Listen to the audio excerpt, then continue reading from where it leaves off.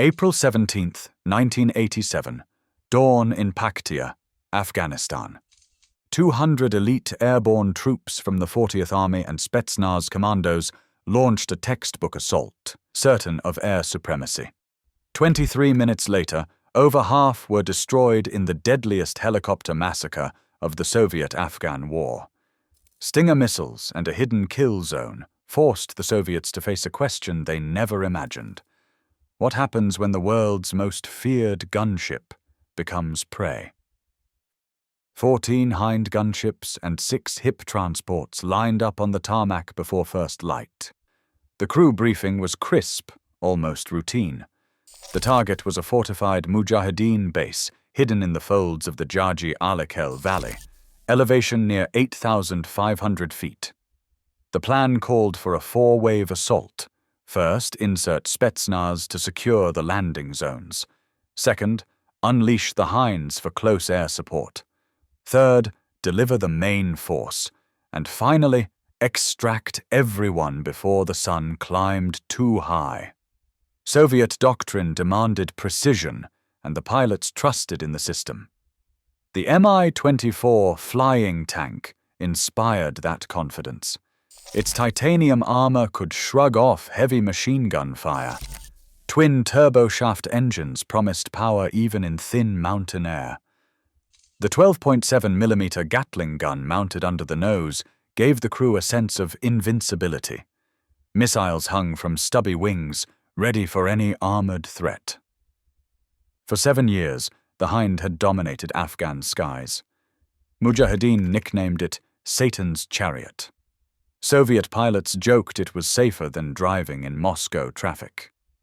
One pilot, tightening his harness, muttered, "If anything can make it through this valley, it's the Hind." Mission planners studied the valley's contours, noting the steep ridges and narrow approach. The aircrews trusted their training, and the machine beneath them. The doctrine said massed helicopter formations would overwhelm any resistance. The numbers were on their side: 14 Hinds, 6 HIPs, over 60 aircrew, and Spetsnaz, all synchronized for a shock assault. The valley's altitude meant engines would work harder, but the plan accounted for it. The mood was businesslike, almost cocky. This was not a raid, but a demonstration. A statement that Soviet air power could reach anywhere, anytime, and crush opposition by sheer force. As the final checks finished, the crews exchanged nods. The formation lifted off, blades slicing the dawn. In the cockpit, the sense of control was absolute.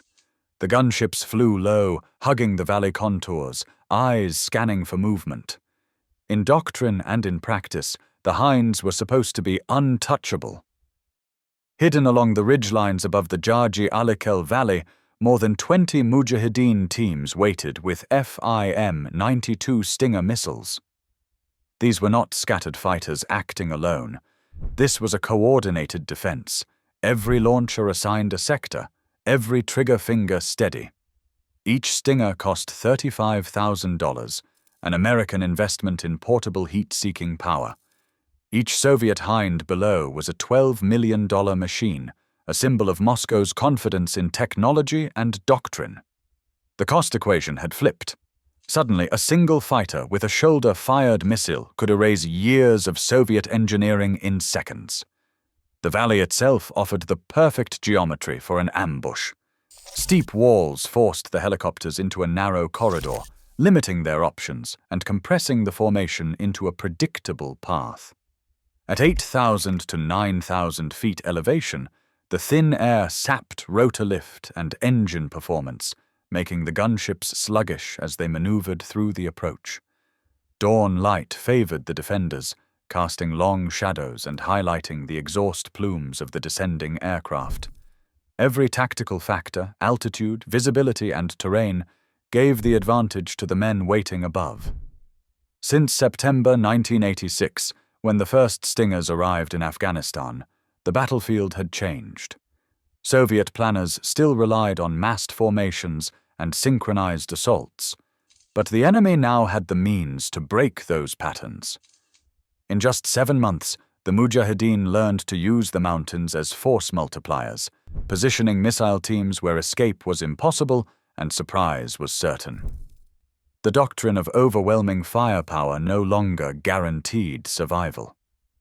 The Hinds, designed to shrug off small arms fire and heavy machine guns, now faced guided missiles that could lock onto their heat signatures from 2 kilometers away. Above the valley, the missile operators waited in silence. No radio chatter, no warning shots, only the cold calculation of timing and angles. As the helicopters entered the kill zone, the invisible threat became real. Soviet air power, so dominant for 7 years, was now flying straight into a trap it could not see. The next move would belong to the men hidden among the rocks, fingers tightening around launch triggers. At 05:47 hours, the lead Hinds crossed into the valley, blades thundering above the riverbed. The formation tightened as they slowed for troop deployment, each crew focused on the landing zones below. Then, without warning, white streaks cut upward from the ridgelines, multiple Stinger launches almost simultaneous.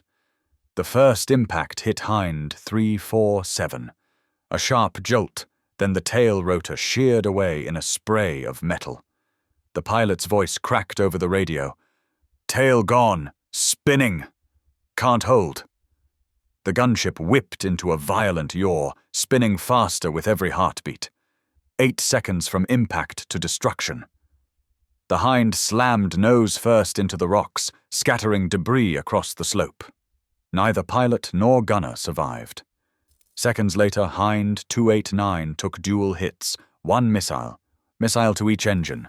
Both turbines flamed out at 400 feet. The crew called, "Double engine failure, no power," but there was no time.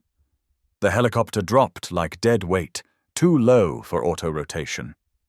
It struck the valley floor in a fireball, ammunition cooking off in flashes. 4 crew lost in an instant, the wreckage burning bright against the dawn.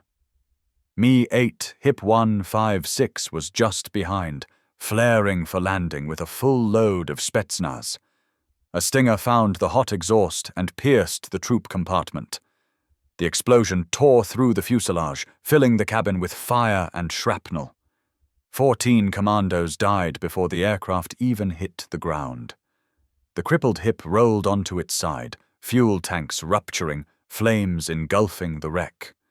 Survivors scrambled clear, but 9 more perished in the inferno. In less than 4 minutes, 3 helicopters destroyed, dozens dead, and the valley echoing with chaos. Radio traffic dissolved into panic, abort calls overlapping as the ambush unfolded. The abort order came over the radio as the valley filled with smoke and wreckage. Surviving crews pulled hard on their controls, climbing out of the kill zone, while Stinger teams tracked them from the ridgelines. The withdrawal was chaos. No formation, no cover, just desperate attempts to escape the gauntlet. Hind fought on 12, trailing smoke, lost power on final climb-out. The pilot managed to put the crippled gunship down in a rocky clearing 2 kilometers from the main ambush site. The crew called for rescue, but mujahideen fighters reached the wreck first. Both airmen were executed beside their downed aircraft. Soviet recovery teams found their bodies 3 days later, stripped of gear, the helicopter burned out. 2 more Hinds limped back to base, rotors shaking, hydraulics leaking, fuselages riddled with holes. Maintenance officers inspected the damage and filed a blunt report. "Damage beyond field repair capability. Recommend transfer to depot for parts recovery." There would be no quick return to service. The loss was total. In just 23 minutes, 6 Mi-24 Hinds were destroyed outright. 2 more were so badly damaged they would never fly again. 3 Mi-8 transports also failed to make it home. The final toll was more than half the gunship force lost, with an estimated 35 to 40 aircrew killed. 25 Spetsnaz troops died in the crashed Mi-8s. 57% of the elite Hind formation was wiped out before the sun had fully cleared the mountains. The scale of defeat was unmistakable. Years of doctrine and confidence were reduced to burning metal and silence on the communications net. Air dominance remains an illusion when technology shifts overnight. Today, portable anti-aircraft missiles are found on nearly every modern battlefield, still rewriting the rules for pilots and planners alike. The lesson endures. No machine is invincible, and overconfidence in doctrine is always fatal. Share your thoughts below.